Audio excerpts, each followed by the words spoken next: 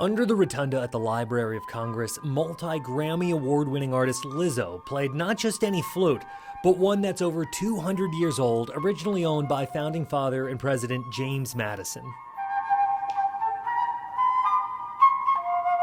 The maker of the crystal flute was a French craftsman and clockmaker by the name of Claude Laurent.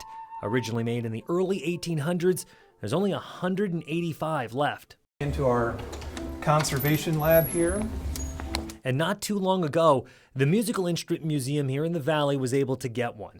They took us inside their conservation lab to give us an up-close look. This example is from 1809. Rich Walter is a curator at the museum. He was known to have made examples for people like James Madison, Napoleon, and people who wanted kind of the most up-to-date, cutting-edge and elegant flute of the time. That Claude Laurent flute will be added to the Treasures exhibit here at the Musical Instrument Museum on November 11th, and believe it or not, it's actually older than the one that Lizzo was playing.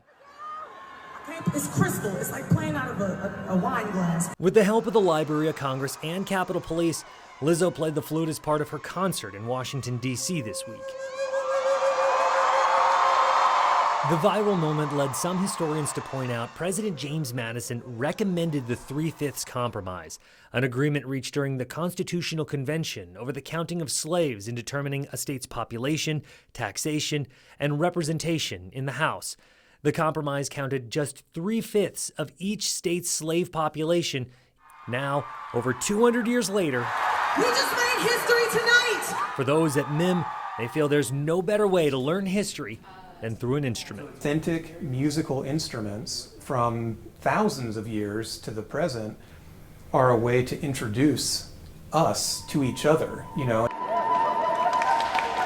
Jordan Bonke, ABC 15, Arizona.